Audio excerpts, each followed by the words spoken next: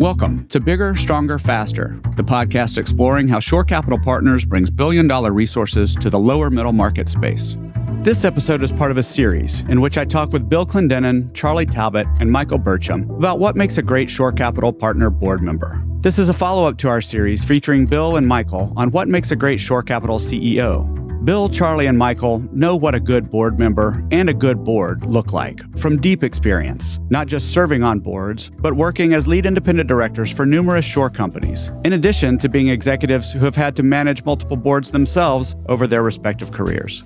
In this episode, Bill, Charlie, and Michael define what great looks like in a shore boardroom, thinking about skills, behaviors, preparation, and values of the board member.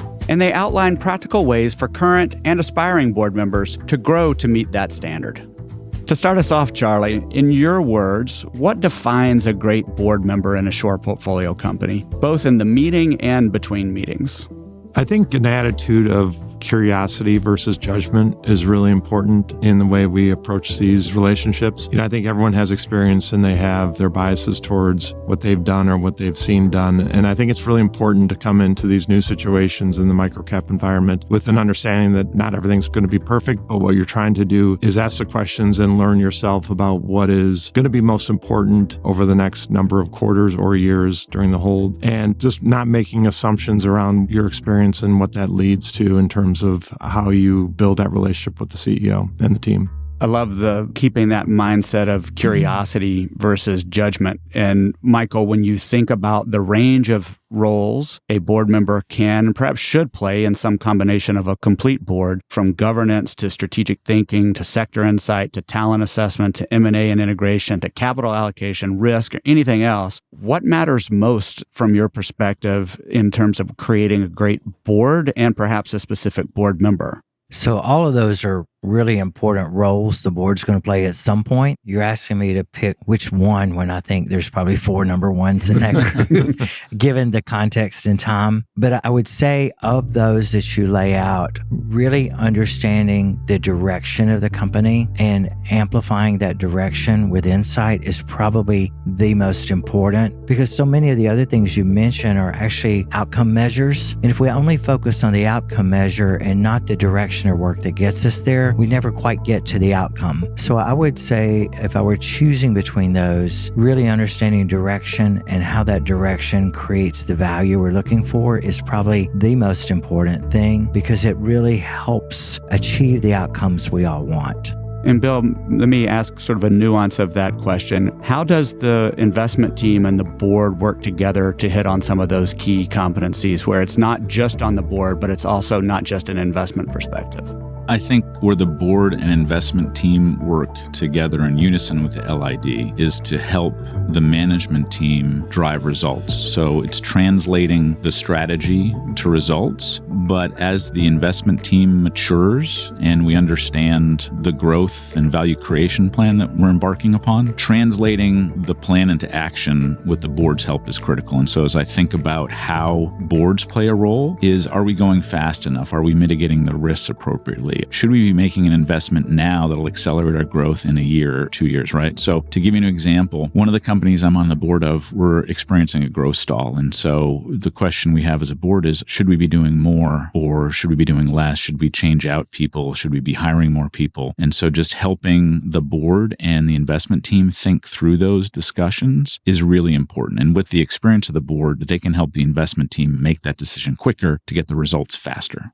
And when you take just that example, I go back to something Charlie said earlier about curiosity versus judgment and also avoiding assumptions based on your historical experience. When you're thinking about a situation like that, in a case where growth is stalling and you're working together to try to figure out what the right next move is, what are the types of behaviors? If we're here to try to define what makes a great board member, what are the kinds of behaviors that separate the best board members from those who are just kind of in the room in a situation like you just shared?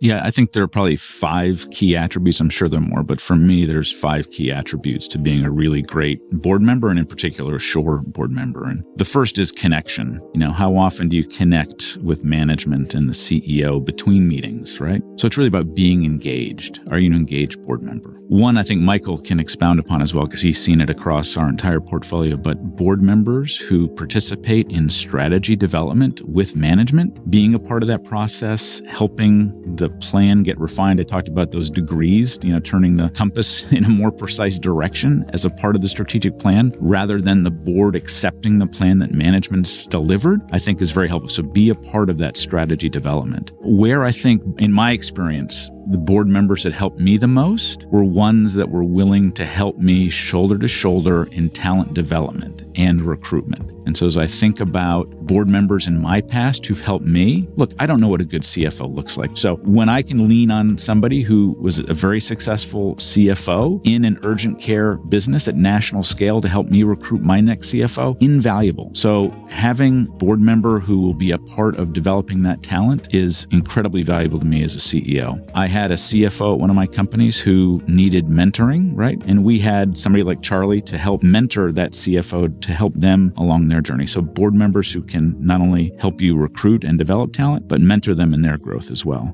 The fourth thing that I think is really important, which is kind of fun for these board members, is engaging in a special project. So I once was on a board, and my background is in B2B sales and marketing. And so one of my companies was engaging in a B2B organic growth strategy. And so working with their chief growth officer to help them develop their plans not only got me closer to the business, but also engaged me in a meaningful and professional way. I loved participating in that project. So I've had board members who said, Bill, I can help your N-1 with this project. That's so valuable to me as a CEO. So that's the fourth one. And then Charlie's talked about this natural curiosity of a board member. And so don't be afraid to ask the difficult or challenging questions. My most valuable board members as CEO would come in with a heart of good intention, but helping push me and the management team to better outcomes. And so, are we creating or destroying value in what we're doing, right? And it's actually in a board setting, I don't know what Michael and Charlie think about, but it's actually courageous for you to almost dissent in a thoughtful way, right? In a way that's not necessarily destroying of the management team's credibility, but just, I'm curious to why we're seeing this. And don't be afraid as an effective board member to highlight that challenging question, because for me as CEO, that was incredibly valuable. Just to build on that, Bill, I think that the best leaders, including board members that I've been around, are very good at practicing situational leadership. And what I'm really talking about there is they understand where the business is at, they understand where the team is at, and then they understand which approach to take in terms of questioning or digging into issues. Sometimes that can be directive, many times it's not. Many times it's asking the right questions and letting the team get down the path on their own through that questioning. But I think it's really important as a board member, especially early stage, as you're building relationships and building a business in general, to have an attitude and an approach of being situational with your questions and with your directives or whatever your bias is going into those meetings based on the conversation, based on the information that you have. I think all board members want to help. The challenge is how to help. And particularly if you are a first-time board member, you tend to think what created your success makes you a good board member, and that's usually not true. So you can't bring your CFO hat to the meeting if you were a former CFO. You can't bring your CEO hat to the meeting because you're not the CEO. Even investors sometimes lose their identity as a board member and they behave as an investor in the meeting rather than a board member. That's when lots of dysfunction occurs. The job of a board member is not the job of an investor. It's not the job of a CFO. It's not the job of a CEO. It requires a very holistic view of the company. And actually, I find the preparation I need to do before I walk in that meeting as a board member is as big, if not bigger, than what the CEO had to do, because I have to get myself up to speed in thinking about every facet of the business, not just my own journey and the things I've done. So I think what makes a really good board member is to know your role. And when you walk in that meeting, regardless of what role made you successful in the past, remember you're there to be a board member. I want to pull that thread just a little bit, and any of you who wants to respond can. But this idea of, you've mentioned good intentions, you've mentioned situational leadership, you've mentioned a board member's own history and success and all of these things. But at some point, the time in a board meeting is so valuable to the direction of the company and to get critical conversations out and agreed upon. What does good preparation look like? Michael, you mentioned coming in prepared, in some ways even more prepared than the CEO, or spending more time. What does that even look like? Maybe since I'm pulling on that thread from you, Michael, you start and you other guys can jump in. But what does that preparation look like? Well, I'll start, but I'm in the room with two awesome board members, so let's hear from everybody on this. When I prepare, the very first thing I do is I remind myself of the original investment thesis and the strategic plan we have in front of us. Because everything that I do in that meeting should either amplify that, or if I think the market has shifted on us, I have a responsibility to bring up that question and say, are we sure the direction we're moving still works in spite of what we've learned? Everything else, from the team to the operations to the growth plan, whether doing M&A, de novo, all that is secondary to making darn sure that that strategic plan is still valid. Then everything fits under that. The second thing I'm typically doing is I'm looking at the KPIs, measures of performance, and I'm saying, do these measures reflect health in that growth or direction of that strategy? And typically, sure, we love to measure things. So we've got a measure for just about everything. So I can quickly scan the things we're tracking and see, is this team understaffed or overstaffed? Do I think that there are challenges in organic growth? Are we dragging on M&A? Are we failing to integrate? And while I probably have an opinion of all of those, I have to remind myself, what are the questions I'm going to ask of management around those, rather than saying, I think this is wrong. Charlie, how do you prepare? Similar to Michael in that I start with the strategic plan and I use that as the guardrails for how I'm going to sort of review the materials that come out in advance. And what I look for is, does the discussion topics and the details to support line up with that strategic plan? And if they're out of bounds or they're close to the guardrail, then I make notes of that and I try to frame up the questions that I'm going to ask during that discussion to make sure that we are, aligned with that plan. Or if there's been deviations, that we have an active conversation around those things. The other thing is, I like to look at the materials in the context of who's going to be presenting and, how they go about putting their thoughts on paper. I think it's really an important skill set to have as you go through this too, as the N-1s or the CEO develop, that they're able to convey thoughts in a succinct fashion with less words than more and get the point across on the slides, because I think that just leads to a much better discussion in the meeting itself. But again, my preparation is writing down every question that I have in the materials. Some cases they cover them, I don't need to ask them, but in other cases, I want to make sure that I remember what I'm focused on.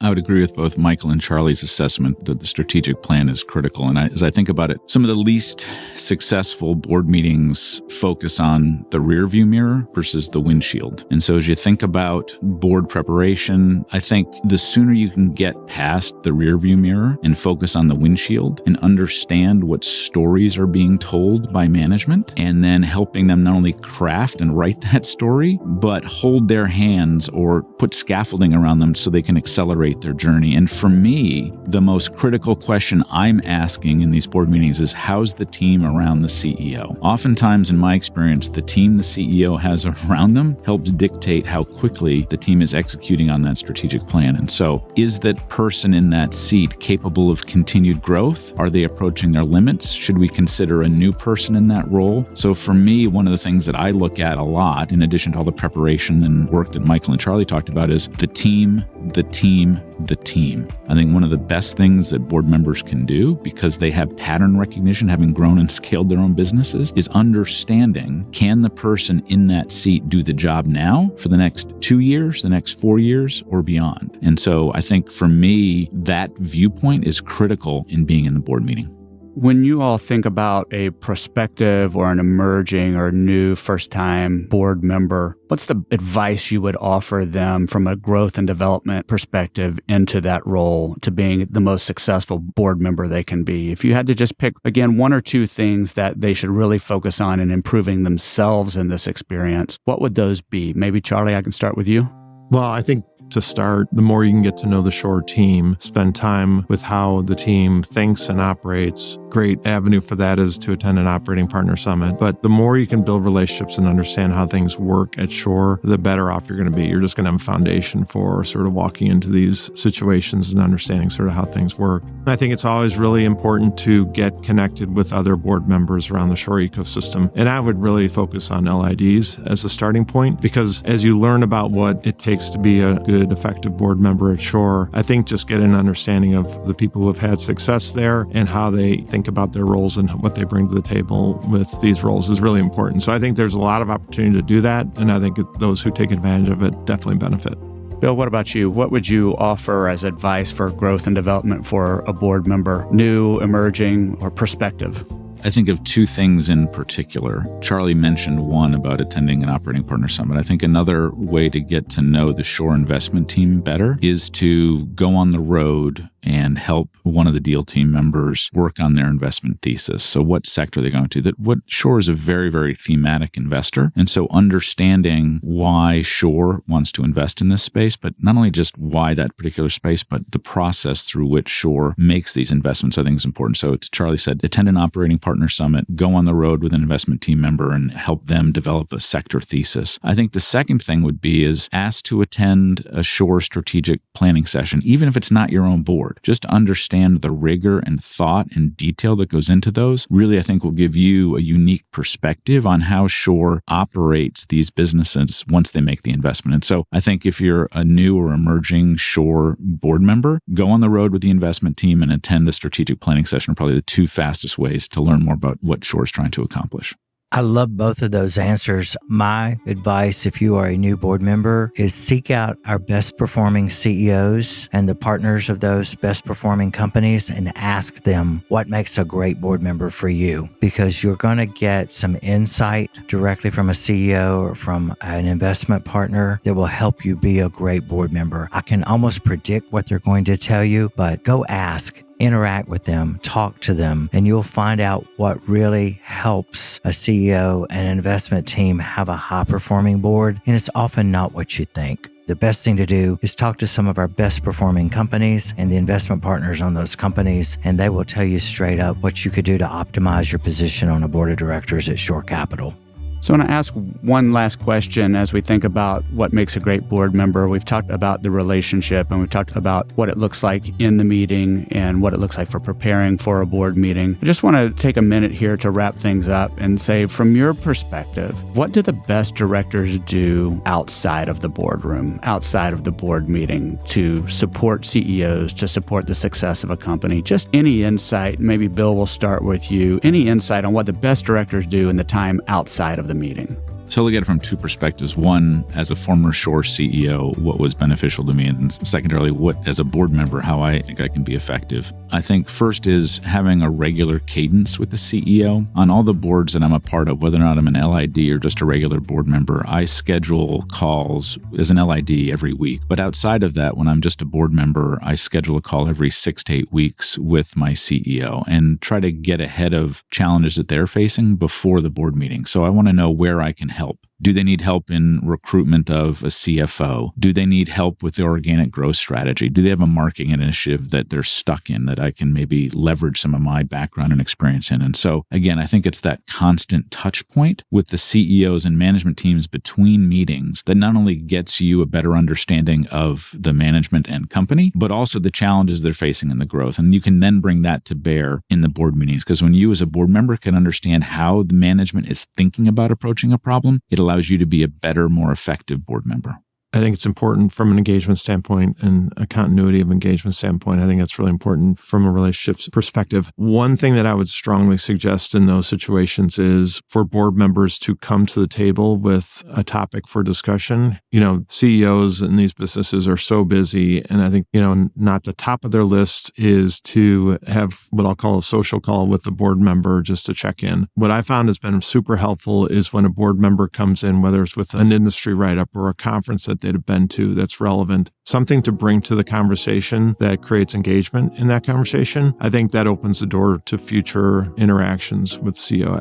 Adding value, figuring out the best way to do that is really important, and I think provides a great platform for future conversations. And in that sense, sort of not just waiting for the CEO or someone else to come to you for help, but being correct. Yeah. I think proactive sort of engagement with value is really important.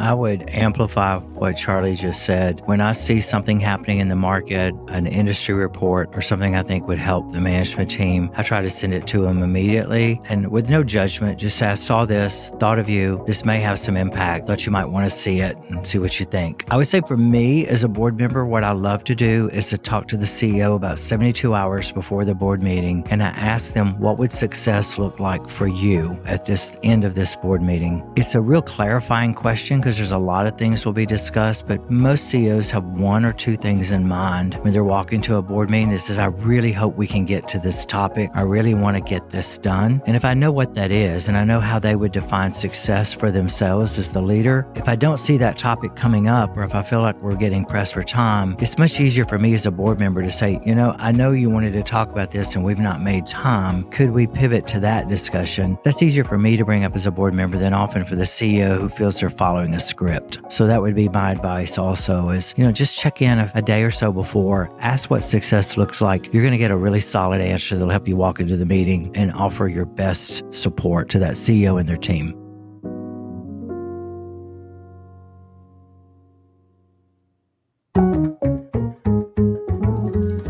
If you enjoyed this episode, be sure and check out our 5-part Bigger, Stronger, Faster series on what makes a great CEO. Additionally, throughout our Microcap Moments series, you'll find interviews and profiles of successful CEOs, executive partners, and lead independent directors, including our one-on-one with Charlie Talbot.